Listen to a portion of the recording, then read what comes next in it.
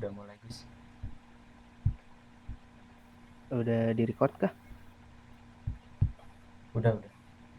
Ih, oke.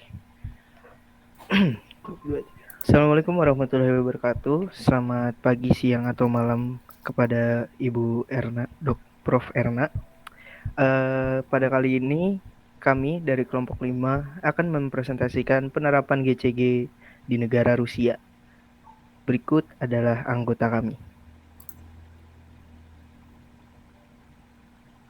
Ya, jadi anggota kelompok kami terdiri dari saya sendiri, Nadia Istralvena, dengan NIM belakang 224.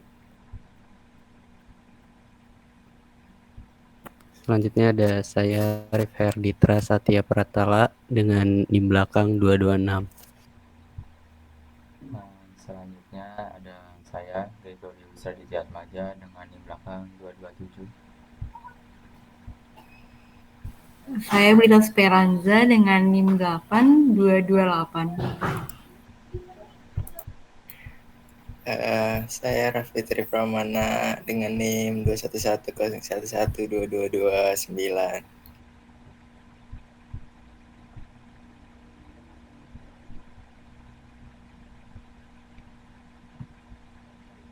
Saya Abdullah Santo Dewa dengan NIM 22.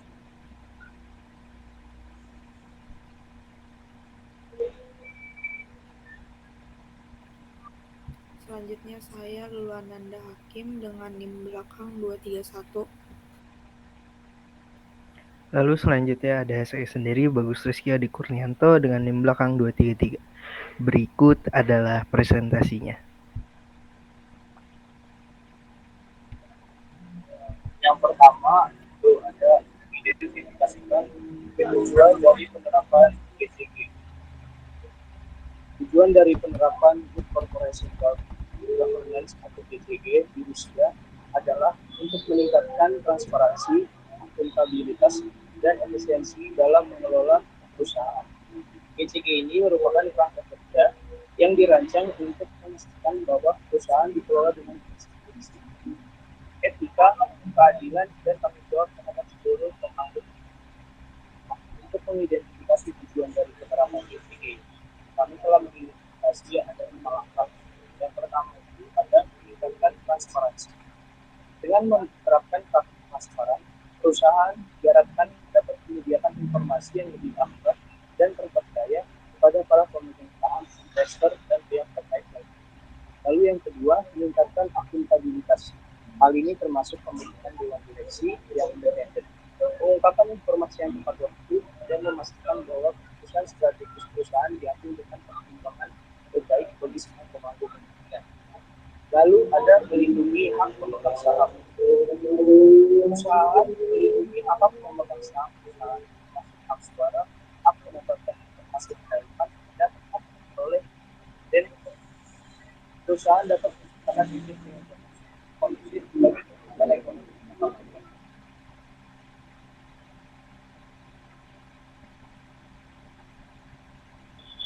Lalu yang keempat ada meningkatkan efisiensi perusahaan.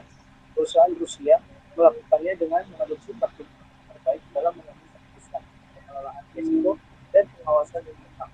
Perusahaan dapat mengurangi biaya, meningkatkan kinerja, dan mengelola risiko dengan baik. Dan yang terakhir itu ada meningkatkan kepercayaan publik. Dengan GCG, perusahaan diharapkan dapat membangun kepercayaan publik untuk bisa praktik yang transparan, etis, dan bertanggung jawab, membantu membangun reputasi yang baik bagi perusahaan di masyarakat, investor, dan lembaga-lembaga terkait lainnya.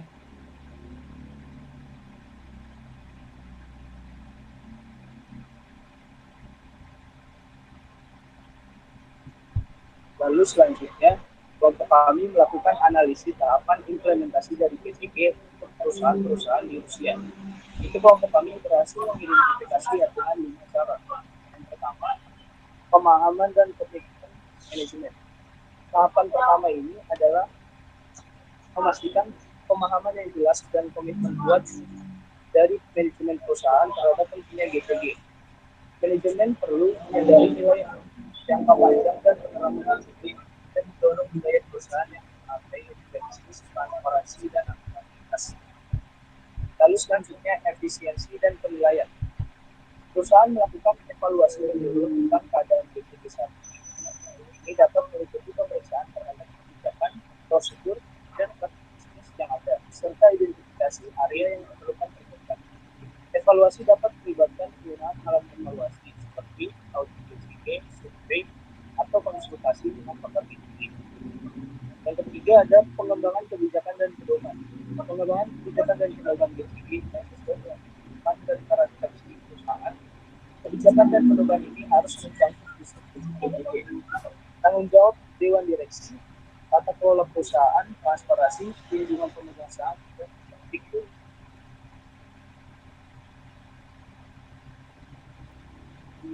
Lalu yang keempat ada penerapan dan pelatihan.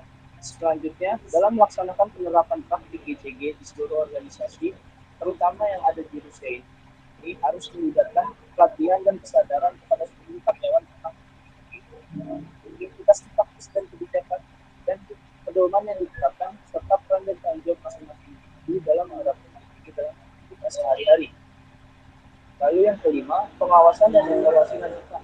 Perusahaan di Rusia mengimplementasikan GCG harus disertai dengan pengawasan dan evaluasi yang dilakukan. Hal ini dilakukan perusahaan di Rusia dengan memastikan kebijakan dan pedoman GCG diikuti dengan konsisten serta melaksanakan mekanisme pengawasan yang efektif seperti komite audit atau komite GCG. Evaluasi teratur harus dilakukan untuk membantu kemajuan, mengidentifikasi kelemahan, dan mengidentifikasi area di mana perbaikan lebih lanjut diperlukan. Dan yang terakhir, kelima, ada perbaikan berkelanjutan. Implementasi GCG adalah proses yang berkelanjutan dan perusahaan perlu terus meningkatkan praktik GCG mereka. Berdasarkan evaluasi dan umpan balik, perusahaan di Rusia harus melakukan perbaikan berkelanjutan pada kebijakan dan prosedur dan praktik bisnis mereka untuk mencapai target GCG.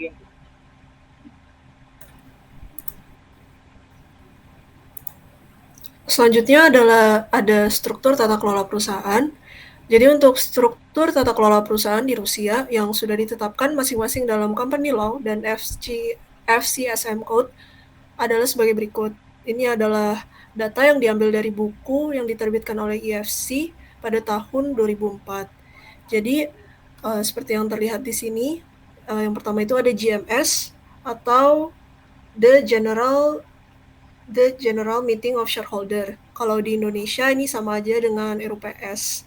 Lalu di sebelahnya itu ada The Revision Commission, yaitu komisi revisi yang merupakan badan terpisah dari perusahaan yang dipilih oleh RUPS dan kegiatannya adalah mengawasi keuangan dan kegiatan ekonomi perusahaan serta melapor langsung kepada RUPS. Lalu di bawahnya itu ada The Supervisory Board. Kalau di Indonesia ini sama aja dengan Dewan Komisaris. Lalu di sebelah kirinya itu ada The Corporate Secretary, itu adalah sekretaris perusahaan. Lalu ada juga di bawahnya itu ada komite-komite yang mendukung. Ini ada 5 jabarannya. Lalu ada juga The Control and Revision Service. Itu adalah sesuatu yang tidak wajib, tetapi perusahaan dapat menetapkan ini, yang tujuannya untuk melaksanakan prosedur pengendalian iteran setiap hari dasar. Lalu ada juga The General Director or Executive Board. Kalau di Indonesia ini sama aja dengan Dewan Direksi.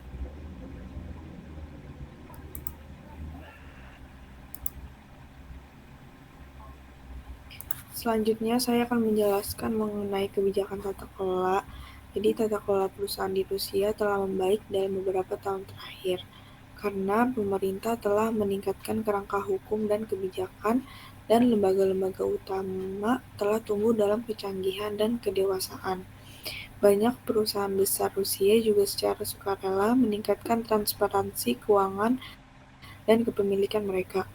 Penerapan GCG juga telah menjadi sebuah isu sentral dalam rangka mendukung pemulihan ekonomi dan pertumbuhan perekonomian yang stabil serta sustainable di masa yang akan datang.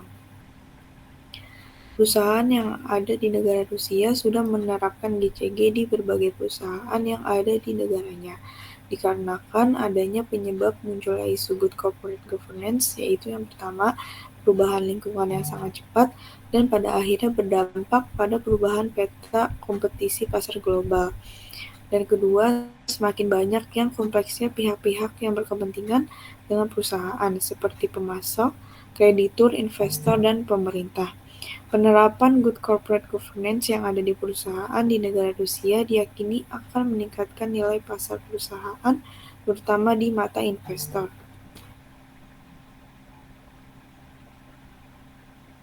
Selanjutnya adalah internalisasi GCG.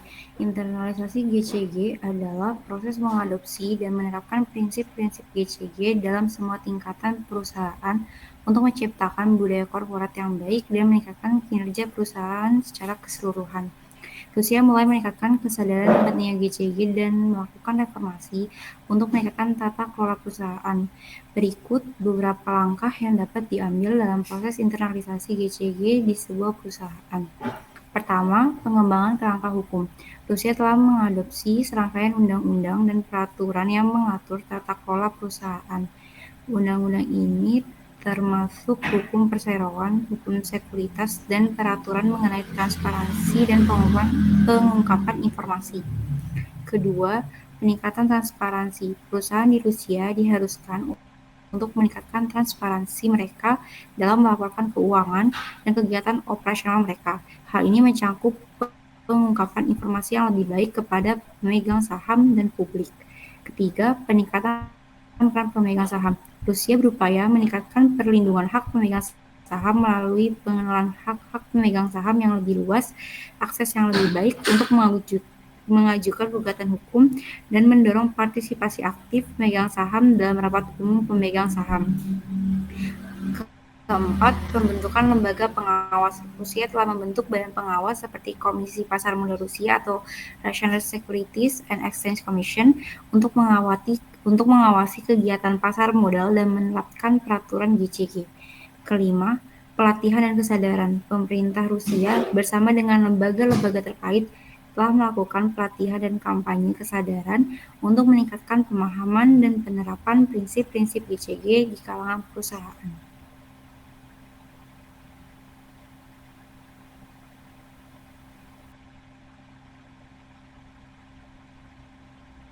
Lalu selanjutnya yang keenam adalah penilaian kinerja Dewan Komisaris dan Direksi.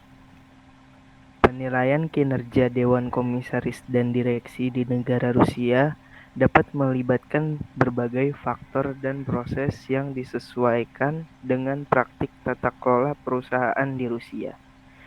Namun, di sini kami hanya mendapatkan bagian dari penilaian kinerja yang secara umum. Karena Rusia sendiri yang kami riset, Rusia adalah negara komunis yang kemungkinan besar segala perekonomiannya dipegang pemerintah dan itu juga secara tertutup. Berikut adalah hasil yang kami dapatkan. Yang pertama adalah efektivitas strategis. Dewan Komisaris dan Direksi dinilai berdasarkan kemampuan mereka untuk merumuskan dan melaksanakan strategi jangka panjang perusahaan, serta pencapaian tujuan strategis perusahaan tersebut. Lalu selanjutnya ada pengawasan. Penilaian yang dilakukan terhadap kemampuan Dewan Komisaris dalam mengawasi tindakan dan keputusan direksi dalam menjalankan operasional perusahaan. Hal ini termasuk pengawasan terhadap kebijakan manajemen risiko dan kepatuhan terhadap peraturan yang berlaku di negara tersebut. Lalu yang ketiga ada keputusan dan kinerja keuangan. Evaluasi yang dilakukan terhadap keputusan keuangan dan kinerja perusahaan yang dibuat oleh Dewan Komisaris dan Direksi. Faktor yang dinilai mencakup kesehatan keuangan, pertumbuhan pendapatan, profitabilitas, dan penggunaan sumber daya perusahaan dengan efisien. Lalu selanjutnya ada GCG dan etika. Penilaian juga mencakup bagaimana Dewan Komisaris dan Direksi menjalankan praktik tata kelola perusahaan yang baik atau GCG, termasuk kepatuhan terhadap peraturan, etika bisnis, dan tanggung jawab sosial perusahaan.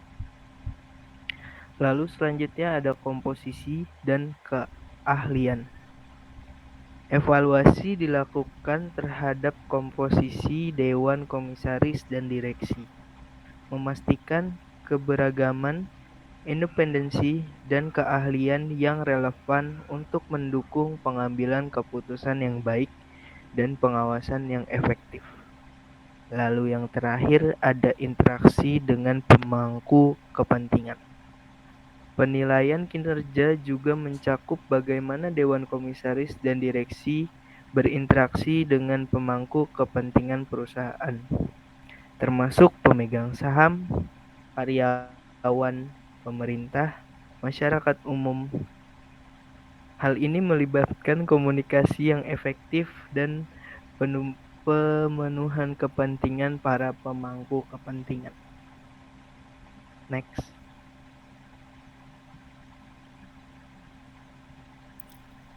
Selanjutnya ada Komite Penunjang Dewan. Komite Penunjang Dewan adalah bagian yang dibentuk untuk memberikan bantuan kepada Dewan dalam menjalankan tugas-tugasnya. Komite Penunjang Dewan di negara Rusia secara umum terdapat di 4 komite. Hal ini disebutkan dalam buku berjudul The Russia Corporate Governance Manual Part 6, Corporate Governance Introduced. Tapi pada buku yang sama, namun pada part 1 ada juga komite lebih dari 4, yaitu 5, dan komite itu bisa juga komite resiko atau komite yang lain. Tapi secara umum ada 4. 4 komite penunjang dewan adalah sebagai berikut.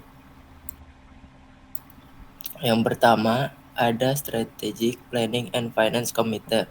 Adalah komite yang bertanggung jawab untuk mengawasi dan memberikan arahan dalam perencanaan strategis organisasi serta mengelola aspek keuangan yang terkait.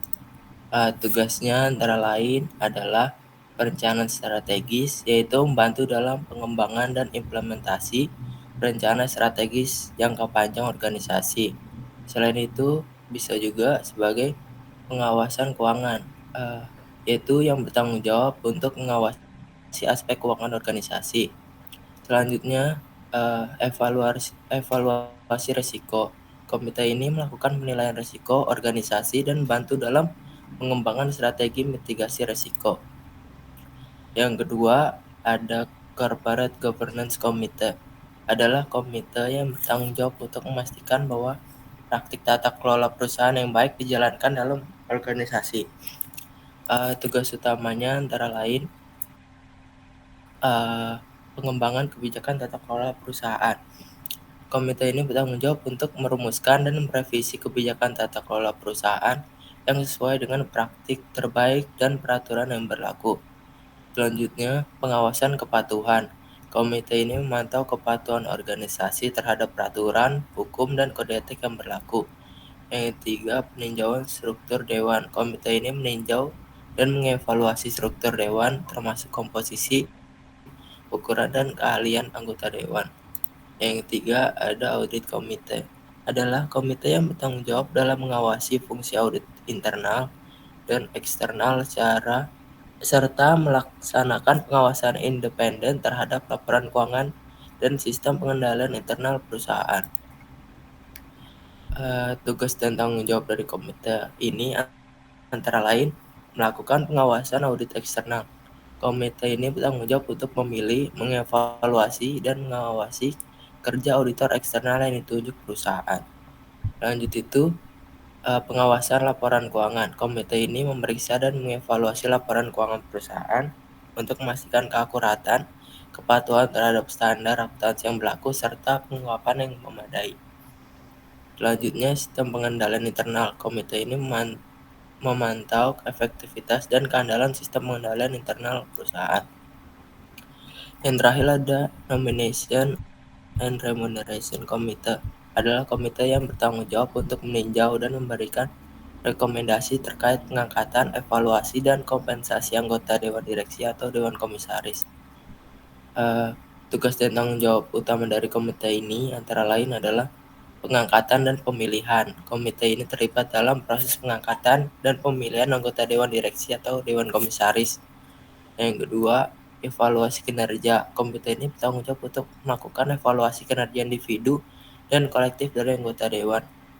Lalu, remunerasi dan insentif. Komite ini menetapkan kebijakan dan program remunerasi untuk anggota Dewan dan manajemen perusahaan. Next. Lalu selanjutnya ada capaian penilaian penerapan GCG. Jadi menurut buku dengan judul The Russia Corporate Governance Manual Part 1 Corporate Governance Introduced, disebutkan bahwa penilaian penerapan GCG harus memenuhi 4 nilai inti berikut. Yang pertama ada kewajaran. Kewajaran itu jadi di dalamnya ada kerangka kerja tata kelola perusahaan itu harus melindungi hak-hak pemegang saham dan memastikan perlakuan yang adil bagi semua pemegang saham, termasuk pemegang saham minoritas dan asing. Semua pemegang saham harus memiliki kesempatan untuk mendapatkan ganti rugi yang efektif atas pelanggaran hak-hak mereka. Lalu yang kedua ada tanggung jawab.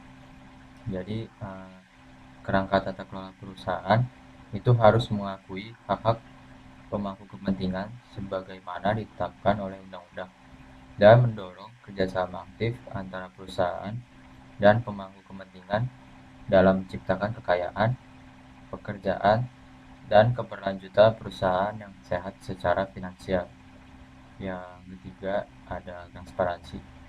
Jadi kerangka kerja tata kelola perusahaan itu harus memastikan bahwa pengungkapan di tepat waktu dan akurat dilakukan atas semua hal material mengenai perusahaan, termasuk situasi keuangan, kinerja, kepemilikan, dan struktur tata kelola.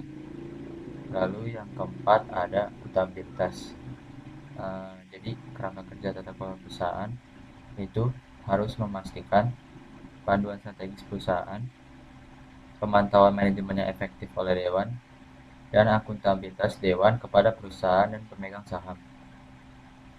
Oke, boleh di next. Lalu juga disebutkan pada buku yang sama, untuk mencapai penilaian penerapan GCG, prinsip-prinsip berikut ini itu dapat dijadikan sebagai tolak ukur. Jadi yang pertama, praktik korporasi itu harus memberikan kesempatan nyata kepada pemegang saham untuk menggunakan haknya dalam hubungan dengan perseroan. Lalu yang kedua, praktik tata kelola perusahaan itu harus menyediakan perlakuan yang adil bagi semua pemegang saham. Pemegang saham itu harus memiliki akses ke jalan efektif jika terjadi pelanggaran terhadap hak-hak mereka.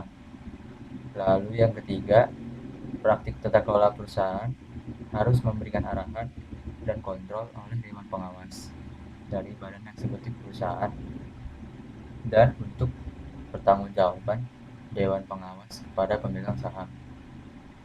Lalu yang keempat, praktik tata kelola perusahaan harus memastikan bahwa badan eksekutif mengelola kegiatan sehari-hari perusahaan tanpa campur tangan yang tidak semestinya dengan itikat baik dan semata-mata untuk kepentingan perusahaan, dan memastikan bahwa badan eksekutif itu melapor secara penuh dan tepat waktu kepada dewan pengawas dan pemegang saham. Lalu yang kelima, praktik tata kelola perusahaan harus menyediakan pengungkapan semua informasi material secara lengkap, tepat waktu, dan akurat. Nah, akurat itu termasuk informasi tentang posisi keuangan perusahaan, indikator keuangan perusahaan itu, dan struktur kepemilikan dan manajemen untuk memungkinkan pemegang saham dan investor untuk membuat keputusan yang jelas atau informasi. Lalu yang keenam, praktik tata kelola perusahaan itu harus memastikan kepatuhan terhadap undang-undang yang berlaku terkait dengan undang-undang atau hak kontrak dari semua pemangku kepentingan. Lalu yang ketujuh, praktik tata kelola perusahaan itu harus memberikan kontrol yang efektif atas operasi keuangan dan bisnis perusahaan untuk melindungi hak dan kepentingan sah pemegang saham. Boleh di next.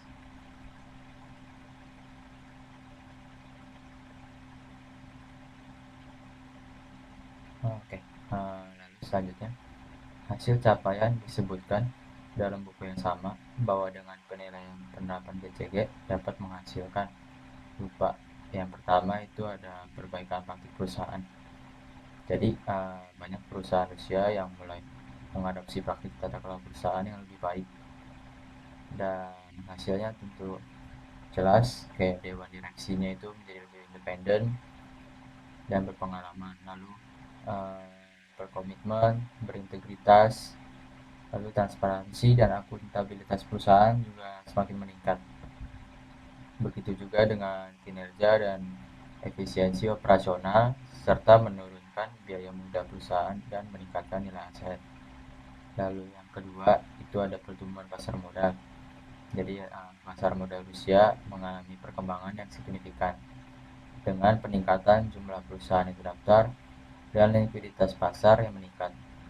Hal ini menunjukkan adanya kepercayaan investor yang semakin kuat terhadap praktik tata kelola perusahaan di Rusia. Lalu yang ketiga ada transparansi.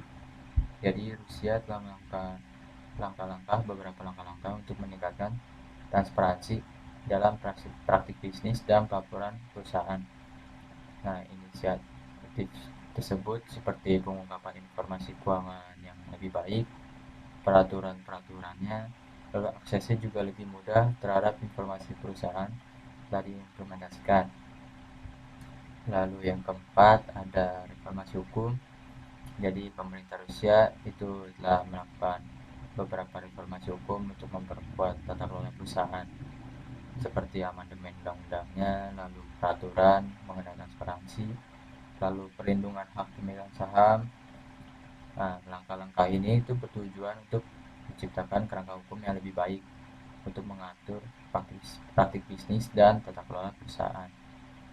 Lalu yang kelima ada reputasi peringkat global. Rusia telah mencatat peningkatan reputasi tersebut gitu. Hal ini menunjukkan bahwa adanya upaya di dalam negara itu untuk meningkatkan tata kelola perusahaan.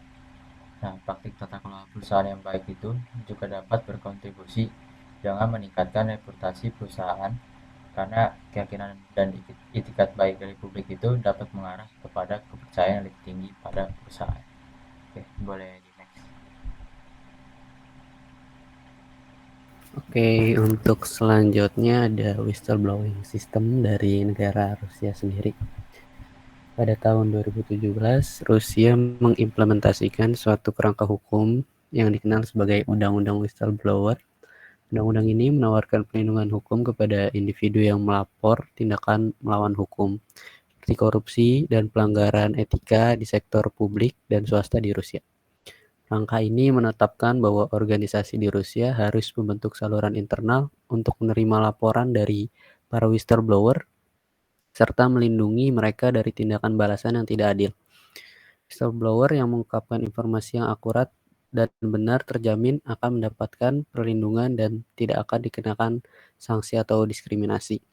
Nah, undang-undang di Rusia yang dapat menjadi dasar bagi whistleblower untuk melaporkan pelanggaran atau korupsi, seperti yang pertama ada Hukum Federasi Rusia tentang Pemberantasan Korupsi atau Federal Law on Countering Corruption. Undang-undang ini mengatur langkah-langkah pencegahan dan pemberantasan korupsi di Rusia. Beberapa bagian dari undang-undang ini dapat relevan bagi whistleblower yang ingin melaporkan kasus korupsi. Terus yang kedua ada Kode Pidana Rusia. Kode Pidana Rusia mengatur berbagai tindakan kejahatan termasuk penyuapan, penyalahgunaan kekuasaan, dan penyalahgunaan jabatan. Jika seorang whistleblower memiliki informasi tentang kegiatan ilegal yang melibatkan tindakan pidana, mereka dapat melaporkannya sesuai dengan ketentuan kode pidana. Oke, bisa di next. Yang ke-10, mengidentifikasi modus operasi skandal dengan detail menggunakan berbagai sumber yang terpercaya secara relevan secara nasional dan internasional. Yang A, mencari letak masalah corporate governance, internal control, dan bisnis etik, dan pelanggaran aturan berlaku lainnya. Di sini ada salah satu contoh kasus korupsi yang terkait dengan corporate governance yang buruk di Rusia adalah kasus Yukos. Yukos adalah perusahaan minyak terbesar di Rusia pada tahun 2000-an yang dipimpin oleh pengusaha Mikhail Khodorkovsky. Kasus ini menyoroti pelanggaran terhadap tata kelola perusahaan dan dugaan kekuasaan politik. Pada tahun 2003, Mikhail Khodorkovsky ditangkap oleh pihak berwenang Rusia atas tuduhan pencucian uang dan penipuan pajak. Banyak yang percaya bahwa penangkapan tersebut terkait dengan upaya politik untuk mengendalikan dan mengambil alih aset perusahaan Yukos. Kasus ini menuai kontroversi dan dianggap oleh beberapa pihak sebagai campur tangan politik yang bertujuan untuk menghilangkan oposisi politik dan memperoleh kontrol atas sumber daya. Next. Oke, yang B, memberikan usulan atau proposal usulan bagi pihak internal dan eksternal perusahaan agar bisa keluar dari skandal atau kasus tersebut dan tidak terulang lagi. Nah, meskipun ada capaian dalam penilaian penerapan tata kelola perusahaan yang baik di Rusia, namun masih ada beberapa tantangan yang perlu diatasi seperti tingkat korupsi yang tinggi, kurangnya perlindungan hak pemegang saham minoritas, serta kurangnya kemandirian dan independensi lembaga pengawas. Upaya lanjutan yang diperlukan untuk terus memperbaiki tata kelola perusahaan di Rusia agar sesuai dengan standar internasional dan meningkatkan kepercayaan investor serta pemangku kepentingan lainnya, yaitu yang pertama, untuk mengatasi tantangan yang dihadapi, yang pertama, bakukan dan tangani korupsi. Pemerintah Rusia harus mengambil langkah-langkah yang tegas untuk memerangi korupsi. Hal ini meliputi penegak hukum yang tegas terhadap praktik korupsi, peningkatan transparansi dalam proses pengadaan dan kontrak, serta pembentukan lembaga-lembaga anti korupsi yang independen dan efektif. Terus yang kedua, ada penguatan perlindungan hak pemegang saham minoritas. Perlindungan hak pemegang saham minoritas perlu ditingkatkan lagi melalui reformasi hukum yang memperkuat perlindungan mereka. Langkah ini mencakup penyediaan mekanisme yang efektif untuk melindungi kepentingan pemegang saham minoritas, peningkatan akses informasi yang transparan, dan pelaksanaan pengawasan yang ketat terhadap transaksi korporat yang signifikan. Terus yang ketiga, ada peningkatan kemandirian dan independensi lembaga pengawas. Lembaga pengawas seperti badan regulasi, bursa efek, dan lembaga audit harus memiliki kemandirian dan independensi yang lebih besar. Hal ini dapat dicapai dengan memperkuat kerangka hukum yang mengatur lembaga pengawas, memperkuat sanksi terhadap pelanggaran tata kelola perusahaan, dan memastikan bahwa proses pemilihan dan penunjukan pejabat pengawas dilakukan secara transparan dan tidak dipengaruhi oleh kepentingan politik atau bisnis lainnya.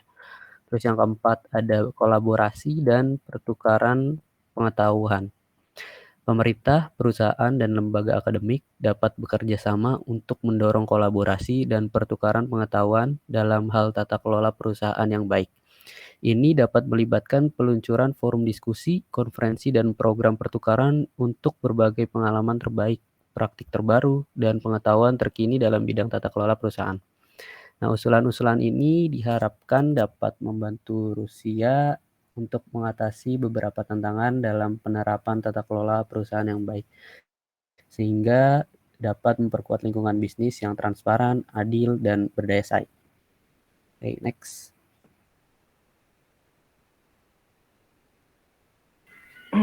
Sekian presentasi kelompok 5. Kurang lebihnya mohon maaf.